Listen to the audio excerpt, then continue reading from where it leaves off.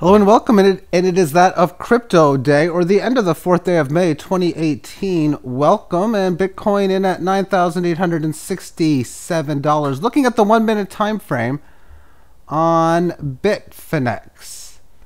As far as the Coinbase exchange, it's having its up run too. Bitfinex having more, looks like more of the bigger buys happening there, whatever. Bitcoin is traded on so many exchanges. They work together hand in hand. And yes, okay, so what do we see within the shorter term time frames? We have the one minute. I guess longer term time frames, we're at the shortest we can see. Just a little bit of whatever moves. It's like the market closed for a little bit. Crypto day, you're not supposed to close the market. I'm not going to figure out what those moves happen to be, but next time frame, let's just gander the 15. Ooh, okay, what do we see? Well, resistance roughly at around 97.22, hit on several occasions. Single hour time frame. Well, we're now back to where it came from, but notice this high. And you know what? I don't like looking at so many candles. So instead of looking at the 1 hour this way, I would prefer to see if I could find this like on the 3 hour time frame, and it looks better for me. See, now it's almost time where I'm just going to have to delete these lines and make new ones, because it's probably going to break this resistance. And then it's time to talk Fibonacci upside. Fibonacci upside is after you have a up run and then you have a good price correction. When I look at something like this, overall from point lowest to point reached this high, which is like this low down in here and the high, it didn't correct much of a move. So I would deem, using the mathematics from this high to this low, to be nothing more than a short to intermediate key resistance level. I'm going to be focusing on that 12,000 point as its key number.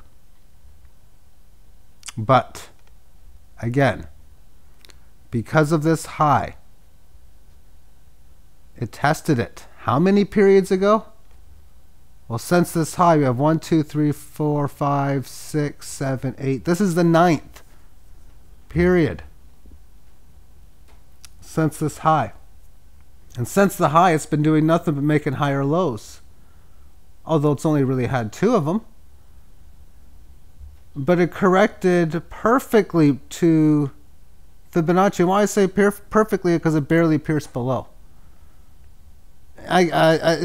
It's annoying as a trader anyway when it pierces above or beforehand. Pierces less, we'll call it. But I see a break of, I see this at levels not seen now because it's above this high, it's above this high. Getting very close to that area where I've been stating if it gets to like, well, a clear break of 10,000. 10,000 could happen in 5 minutes or less. It could happen in 20 seconds. It only takes $170 at this stage to get there, and that's like 2%. And 2% in 2 minutes is so viable in this game, especially now when it's leaving this 18 in the formation that it's doing, breaking that level of resistance. It isn't at levels seen since this high on the 12th of March, very close to 2-month highs. And that was the high itself. We're back to support from March the 7th. Okay. So then we've seen it within this shorter term, longer term. I already talked about the longer term on the 4-minute morning this morning.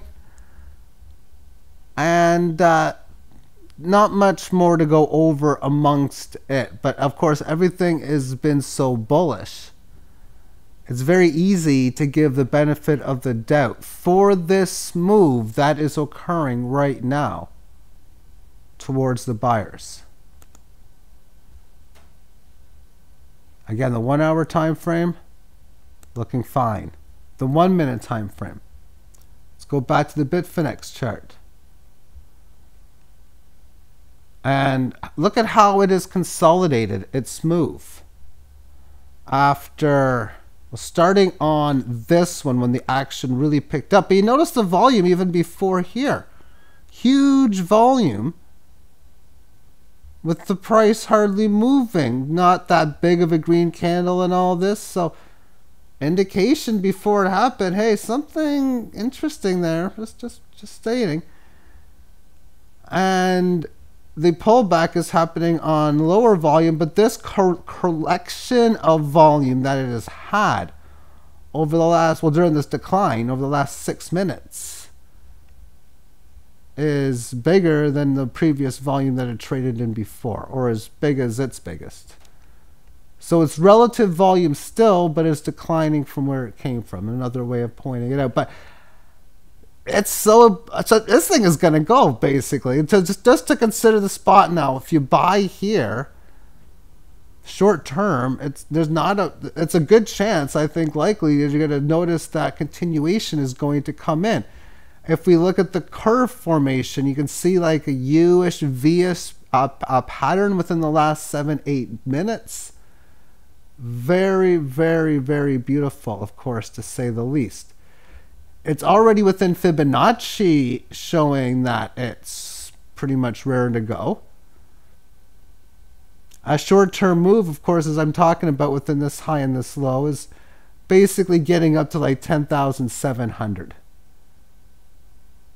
And then maybe resisting for a bit, coming down to 10.1 or 10 even, and then we'll lift off higher. It's tough to say. A lot of times when these things go, it can just have decent sized green candles in large size or in large quantities of decent size proportions.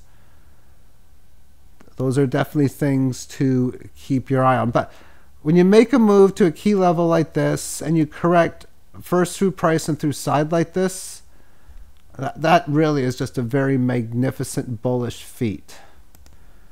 Now, just quickly looking at Litecoin on the 1 minute time frame, it participated as well.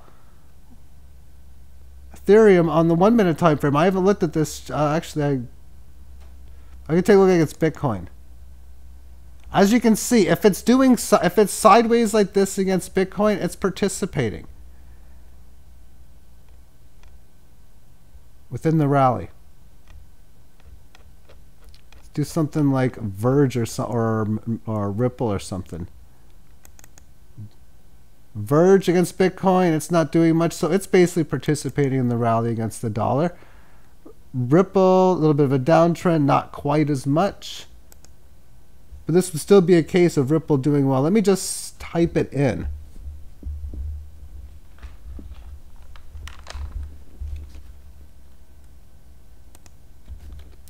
Being a banker's coin, I wouldn't be surprised if this was very commonly traded against the dollar. I know it is against Heathers and such.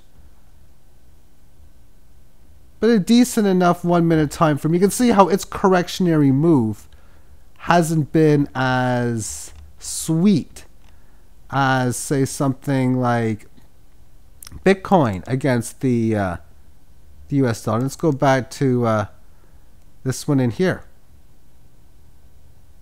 Now here we have an interesting situation with a decent red candle down. Okay, normal size, correctionary volume, and a correctionary move within the 18. It meant if you thought, okay, where's the first place I'm going to look to be a buyer on the move? Well, if you bought at 98.43, you're up about 18 or so at this stage. But it's correcting well. And because it has a decent move, if you have a sell like this, that is a very normal situation that's going to occur at times. And yeah, like a lot of times in bull runs when sellers come in, a lot of it is because of instant profits. People are being notified recently that, hey, Bitcoin's doing well. I got to get some profits because I bought down here, or whatever it is, for a reason that they need to sell. So once those a bunch of people come in and finish doing what they're doing, well, then these bull markets just keep on riding towards the upside. And oftentimes, if people are looking to make several amounts of buys, when I say these people, I'm pretty much meaning the big money players.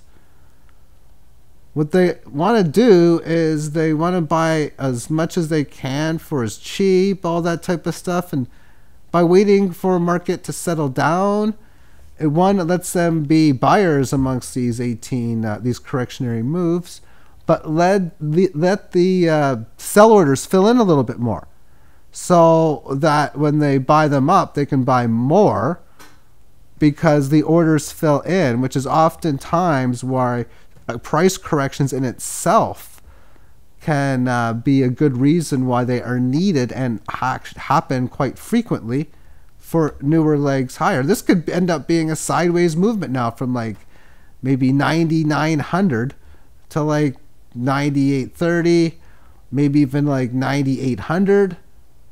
And we could be sideways for the next 5 hours, possibly. I don't know. But I would bet if I had to take a choice between bullish, bearish, and sideways from here, considering this to me looks like, especially now, a decent buy spot because it was right at the 18 average of highs. Now it's just leaving it between buy, sell, and hold short term. It looks like a buy. So I would pick that in any type of fantasy kind of game, if you will. And of course, long term, I'm playing for the prices of Bitcoin, Litecoin, and cryptocurrencies in general to go higher. So this is always good to see occur.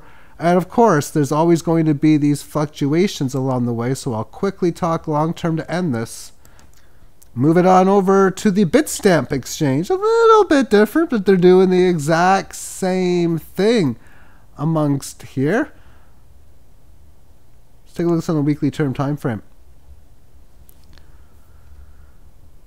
So you could say on a bearish level, okay, declining 18 average resistance test in what has been a very secular bull market. For it still comes into play, the long-term game and the negative possibilities. For yes, it could make a lot of sense that we resist it. But usually when it does, I would expect it to happen like a decent green candle here. I would expect it to occur in one period to go from lows to highs, or a decent sized green one to get there. So I really don't want to I mean, it could resist it here, but there's a case I'm staying for not. And even if it does resist it, we got a case of this 18 average flat. This market has only started as went from flat to barely starting to decline. So the market sentiment when it broke down on February the 5th to the 6,200 level is that it was attempting to revert the trend. So that statement is still in place because it came up to then back in February into March, a newly flat 18 average was unable to resist the 18 average of highs. It pretty much did with the 18 closes. And then it started its leg lower. So that forced on the breakdown on its second leg lower below 7,000, the 18 average to decline. Now, what it didn't do was break through that level. It pierced above it, so be it. But after this green candle move, usually in bear markets, like I state, if you're going to have a move to the 18, it's usually quick. It's even more common that after this green candle up, if it was going to be bearish, that we would have seen weakness within the 18 average. Rather, we have now seen strength within the 18 average. So on the situation, if it does roll over below the 6,000 mark, that means bear market city. If this rolls over for where we're in now, we're still in the statement that this is in the rollover mode. However, the longer it stays now in a sideways range of around 13,000, but even for that matter, the 12,000-ish or so number, to 6,000, it's going to be nothing but sideways and neutral on this market, because the longer it's at that case, the neutral it becomes. So what was very bearish sentiment before, when it doesn't go bad, it's automatically just going to get upgraded, and its next status has to go to more of a neutral level. You are neutral over the last several months. Well, not really. Yes and no. I mean, you were very bullish back in here, but this entire range of the rectangular move to me is the neutral point. And because it was in this amazing bull market, when price action gets above these key 18s, generally speaking, it can have spectacular moves. And thus, I would see that the statement that it made back in the start of the year, that if it failed to do what it said it was going to do, failed move, fast move, which only makes sense that when you're in a bull market, you see it break above here. You see that when it did leave the 18 average after the correctionary phase, boy, did it ever go. It all makes sense when you all look at it together. So there's more on the 1 minute time frame, maybe more going sideways. But I'm not here to trade this on the 1 minute. Some of you might be, but most of you I don't think are. Thank you for tuning in. Have yourself a great night and day or afternoon, depending on whenever and wherever you happen to be. Bye-bye.